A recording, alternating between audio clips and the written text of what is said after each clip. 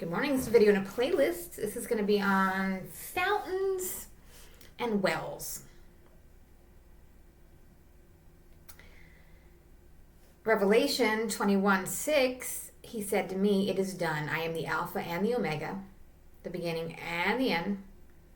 I will give unto him that is athirst of the fountain of the water of life freely." Revelation 16:4, the third angel poured out his vial upon the rivers and fountains of water. They became blood. Revelation 14:7, saying with a loud voice, "Fear God and give glory to him, for the hour of his judgment is come. And worship him that made heaven and earth and sea and fountains of water."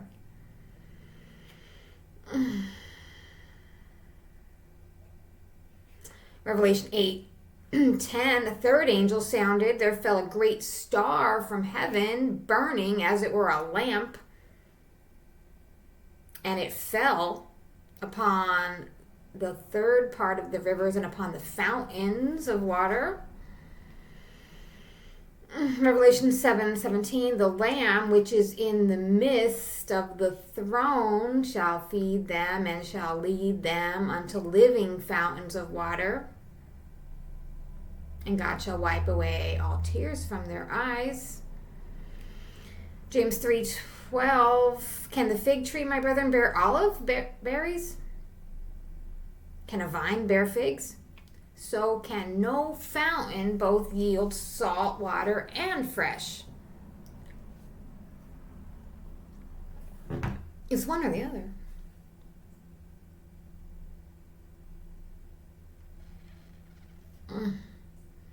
Does a fountain send forth at the same place sweet water and bitter? No.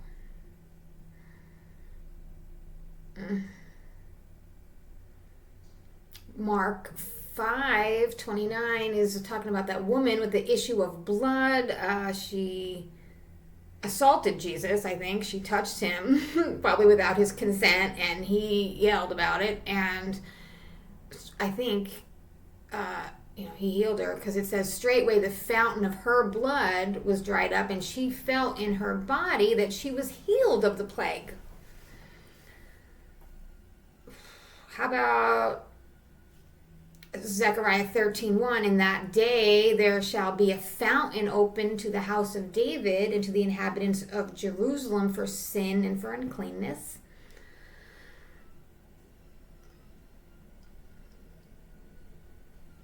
Joel 3:18, shall come to pass in that day that the mountain shall drop new wine, and the hills shall flow with milk, and all the rivers of Judah shall flow with waters, and a fountain shall come forth out of the house of the Lord, and shall water the valley of Shittim.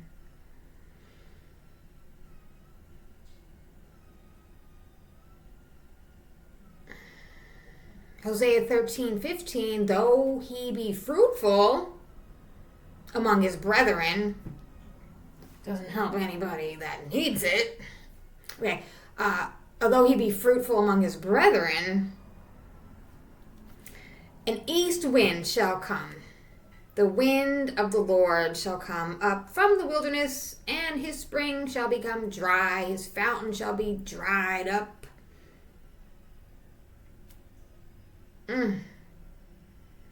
Jeremiah 17:3, O Lord, the hope of Israel, all that forsake thee shall be ashamed. They that depart from me shall be written in the earth, because they have forsaken the Lord, the fountain of living waters. Fountain of tears, Jeremiah was crying in 9. Jeremiah 6 looks interesting. A fountain casteth out her waters. As the fountain casteth out her waters, she casteth out her wickedness, violence, and spoil is heard. Before me is continual grief and wounds. Jeremiah 2, my people have committed two evils. They have forsaken me, the fountain of living waters, and they hewed out cisterns, broken cisterns that hold no water.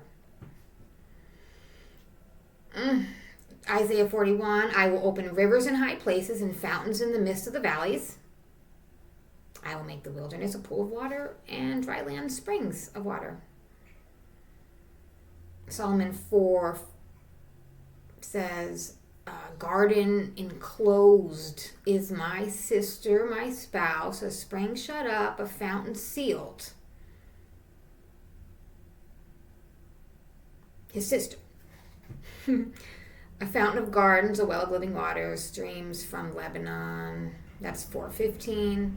Ecclesiastes 12:6 talks about the silver cord. Now, some people were in there like, what do they call that? Like having an out-of-body experience or some sort of like trip. They see a silver cord connecting their spirit to their body. Okay, that silver cord is in here, Ecclesiastes 12:6. Probably out of context, but the silver cord be loosed, or the golden bowl be broken, or the pitcher be broken at the fountain, or the wheel broken at the cistern. Proverbs 25:26, a righteous man falling down before the wicked is as a troubled fountain and a corrupt spring. The fear of the Lord is the fountain of life. Proverbs 14:27. The fear of the Lord is a fountain of life to depart from the snares of death. There's death snares out there. Death traps set by other people who intentionally want to reduce population. Okay. How about Proverbs 8:28, when he established the clouds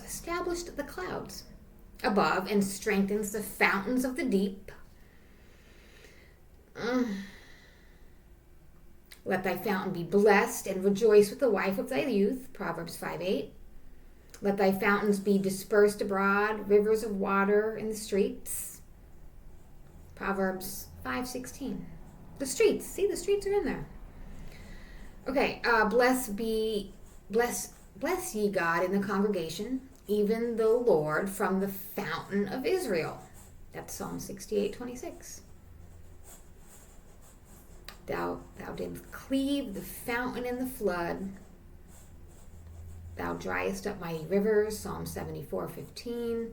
Oh, there's a fountain gate, Nehemiah 12:37. At the fountain gate, which was over against them, they went up by the stairs of the city of David at the going up of the wall above the house of David, even into the water gate eastward.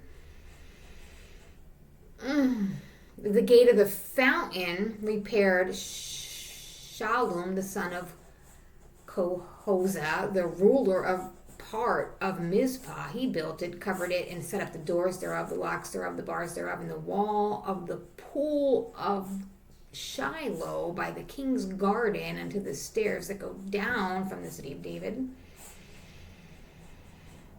Nehemiah 2:14. I went on to the gate of the fountain into the king's pool, but there was no place for the beast that was under me to pass. Yeah, dogs are outside. Shame on you if you're feeding dogs and not people. Like, come on. How about 2 Chronicles 32:4? There was gathered much people together who stopped all the fountains and the brook that ran through the midst of the land, saying, why should the kings of Assyria come and find much water? Does that sound like embezzlement? 2 Chronicles 32:4.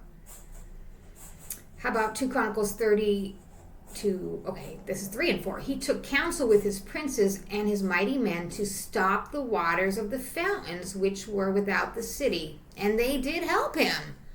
That sounds like a war crime called blockade, to cut off water. It's public. You can't cut off a public utility for a private debt. You're going to jail. Okay, how about 1 Samuel 29? Now the Philistines gathered together all the armies to Aphek, and the Israelites pitched by the fountain, which is in Jezreel.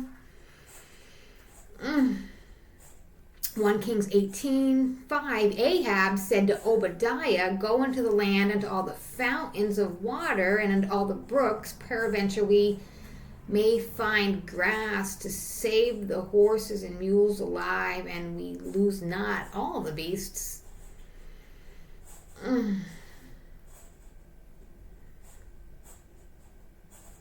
Joshua 15, the border was drawn from the top of the hill into the fountain of the water of Nephtoah, and went out to the cities of Mount Ephron, and the border was drawn to Bala, which is Kirjath Jearim.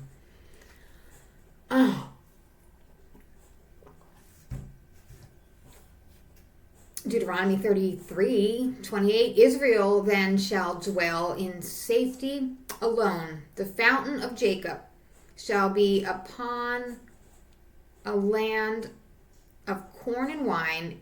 Also his heavens shall drop down dew.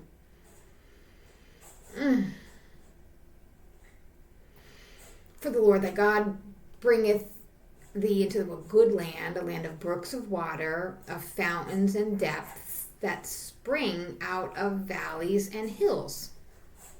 That's Deuteronomy 8:7.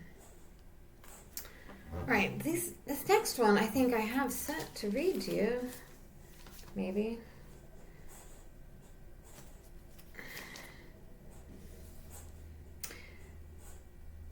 This is about this 12 wells of water. Exodus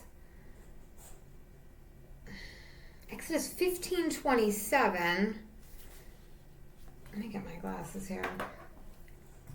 The title of 15 is the Song of Victory, but it's long and I'm not reading it to you. I'm skipping all the way down to part 2, which starts on line 22.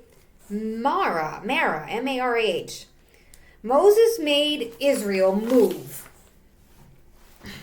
from their camp at the Sea of Reeds, and they made for the wilderness of Shur, S-H-U-R, where they traveled for 3 days without finding water. They reached Marah, but the water there was so bitter they could not drink it. This is why the place was named Marah. The people grumbled at Moses. What are we to drink? They said. So Moses appealed to the Lord, and the Lord pointed out some wood to him, and Moses threw it in the water, and the water was sweetened. There it was, he charged them with a statute and with an ordinance there, that he put them to the test. Then he said, if you listen carefully to the voice of the Lord your God and do what is right in his eyes, not your own eyes, but in the Lord's eyes, if you pay attention to his commandments and keep his statutes, I shall inflict on you none of the evils that I inflicted on the Egyptians, for it is I, the Lord, who give you healing. So they came to Elim, E-L-I-M, where 12 water springs were there and 70 palm trees, and they pitched their camp beside the water. Okay. We got, I think, a similar story about these 12 springs in Numbers. 12 fountains of water, yeah, and they removed from Marah and came to Elim, E-L-I-M in here. Yeah, same thing. And in Elim were 12 fountains of water, 70 palm trees. Okay, so that one said 70. This one says 70.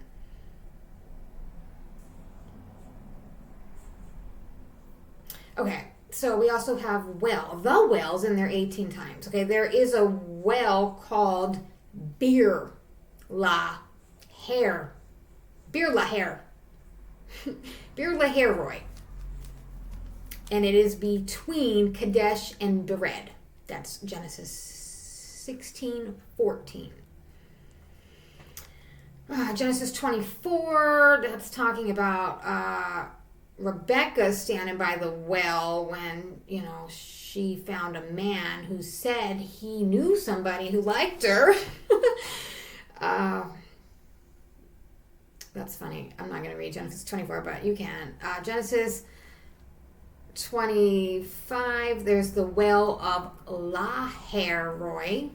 Okay, came to pass after the death of Abraham that God blessed his son Isaac, and Isaac dwelled by the well Lahairoi.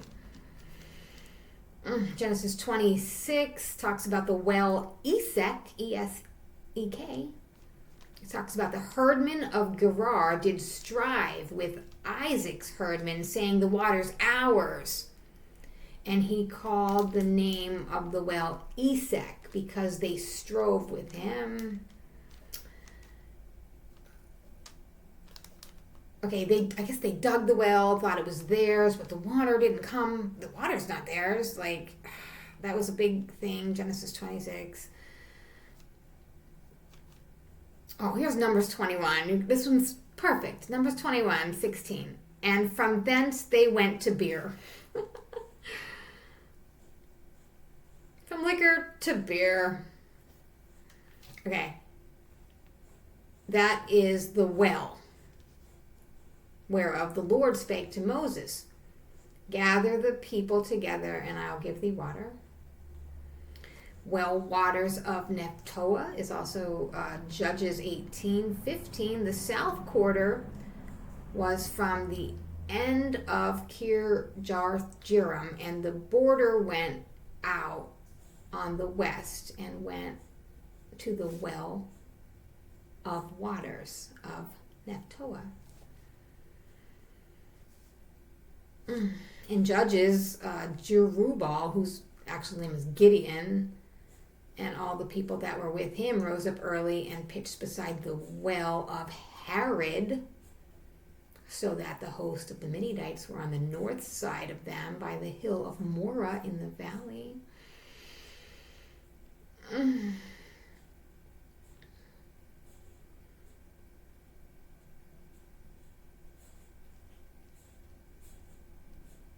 Okay, and that's probably going to wrap up topography. We're probably going to do places next week. All right, have a great weekend.